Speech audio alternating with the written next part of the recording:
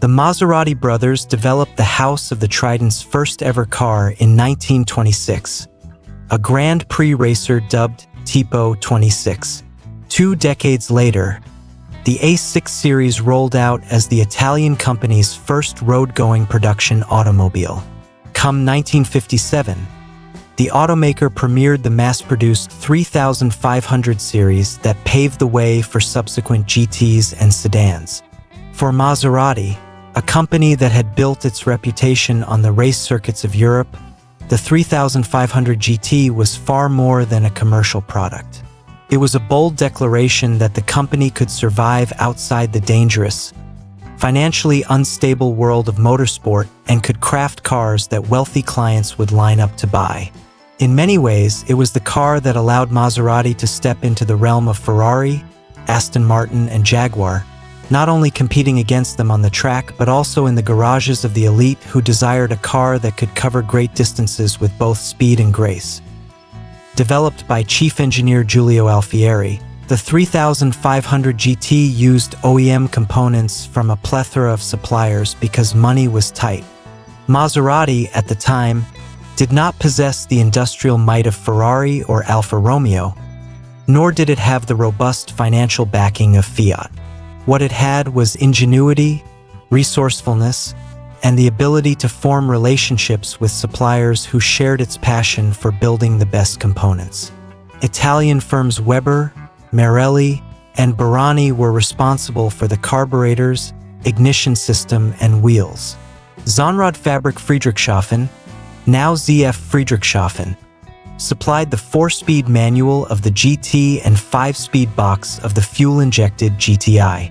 Each supplier was chosen carefully, not only for the excellence of their parts, but also for their willingness to collaborate with Maserati's limited resources.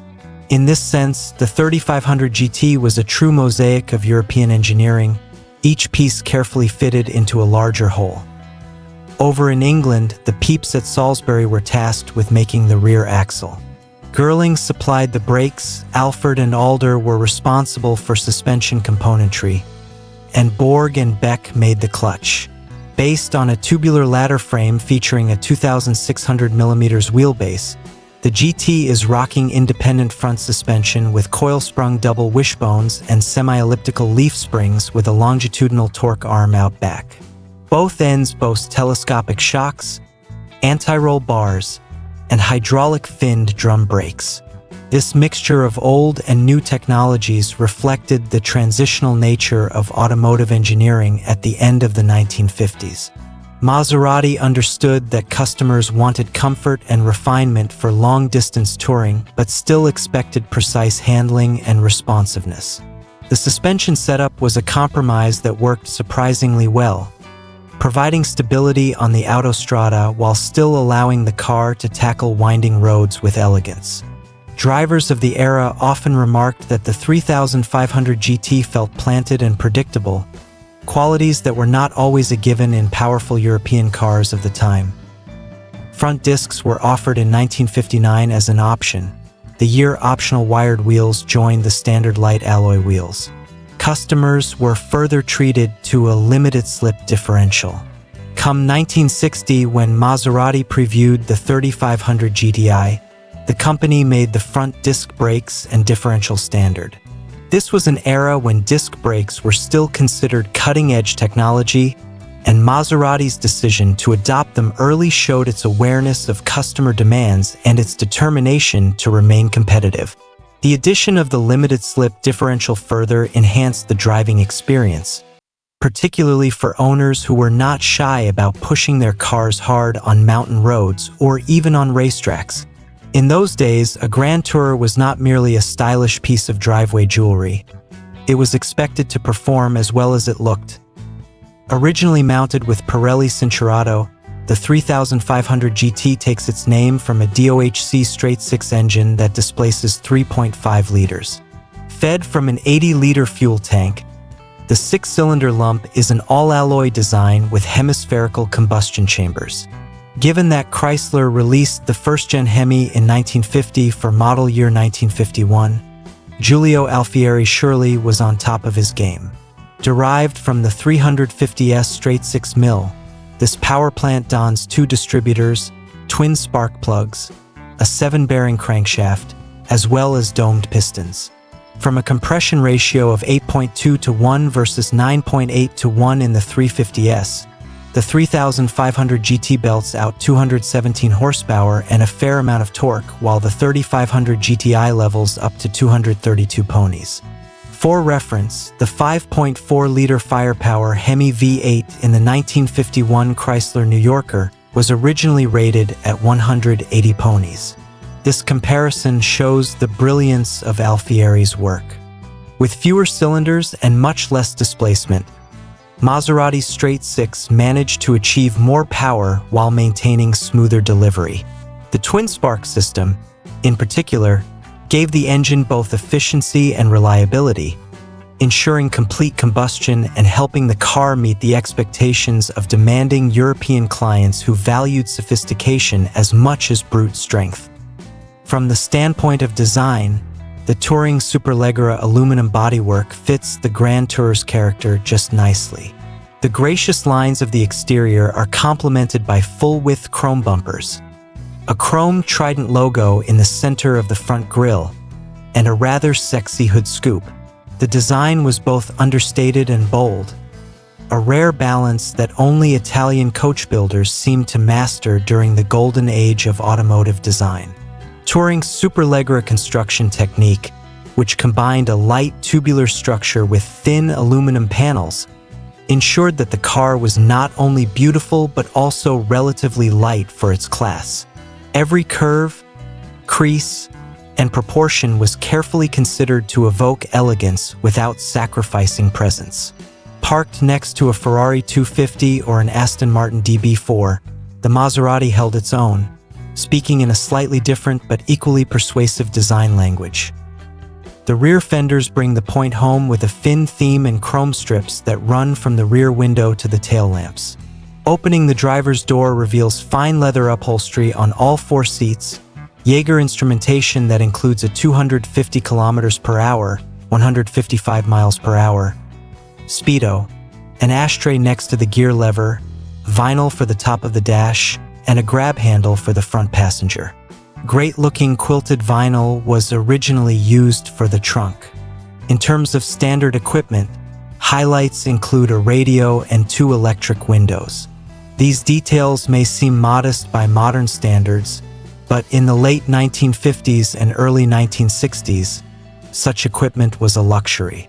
Many contemporary cars still featured manual windows, basic cloth seats, and Spartan dashboards.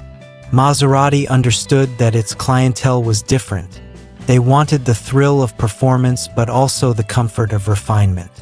The 3500 GT delivered both. Capable of hitting 100 km/h, 62 mph, in roughly 7.5 seconds, the 3500 GT tips the scales at 1,300 kilograms, 2,866 pounds, dry weight. This model inspired Ferrari to introduce its first 2+2 Grand Tourer, the 250 GTE, in 1959. Including the fuel-injected GDI, all other body styles, and prototypes, the 3500 series outsold the Fezza to the tune of 2,226 examples of the breed versus 954 units for the prancing horse of Maranello. This was no small achievement. Ferrari, after all, had far greater name recognition and a racing pedigree that was second to none. For Maserati to outsell its rival in this segment demonstrated just how well the 3500 GT struck a chord with customers. It was a car that combined Italian flair with real usability, a car that could cross Europe in style and comfort without tiring its occupants. For wealthy businessmen, aristocrats, and celebrities, it was the perfect blend of exclusivity and practicality. Unveiled at the Turin Motor Show in 1958, the vignal-bodied Spider rides on a shorter wheelbase, 2,500 millimeters. In addition to touring and vignal, coach builders that had a go at the 3500 series include Bertone, Frua, and lesser-known firms like Carrozzeria Alemanno, Boneschi, and Moretti.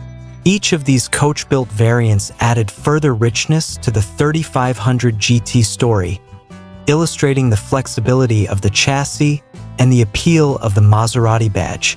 Collectors today prize these rarer versions, particularly the Vignale Spider, which many regard as one of the most beautiful open-top GTs of its era.